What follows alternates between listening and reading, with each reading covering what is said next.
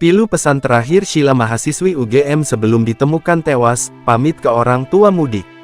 Terungkap isi chat terakhir Sheila Amalia Kristanti, mahasiswi Universitas Gadjah Mada UGM, yang ditemukan tewas tertindih sepeda motor di Gunung Lawu, Sarangan, Magetan.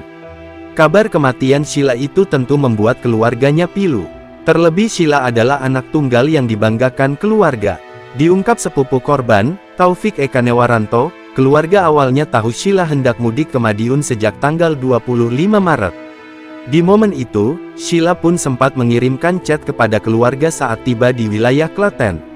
Selain ke orang tua, Sheila juga sempat mengabari temannya pukul 13 WIB saat sedang di perjalanan mudik. Awal mula itu tanggal 25 Maret berpamitan untuk pulang via WhatsApp. Jam 11 siang itu masih terhubung nyampe Klaten. Kemudian setelah itu korban terakhir UAS sama temannya itu pukul 1 siang. Setelah jam 1 siang itu sampai sore enggak ada kabar bahkan sampai malam.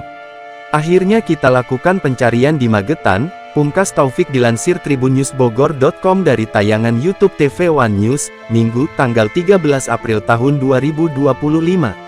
Adapun isi chat terakhir Sheila kepada orang tuanya adalah mengabari posisinya. Saat itu Sheila mengaku sedang berhenti di Klaten untuk mengikuti kelas online. Dari jam 1 siang kita sudah kehilangan kontak. Terakhir adik Sheila itu di Klaten, mengabarkan, dia ada kelas online, imbuh Taufik. Namun hingga sore bahkan malam hari, Sheila tak kembali memberikan kabar. Ayah Sheila akhirnya melapor ke polisi. Ayahanda dari adik Sheila melapor ke Polsek Klaten dan Polsek Jogja. Sampai dengan tanggal kemarin itu enggak ada kabar. Malamnya baru ada kabar ternyata sudah jadi jenazah, ujar Taufik.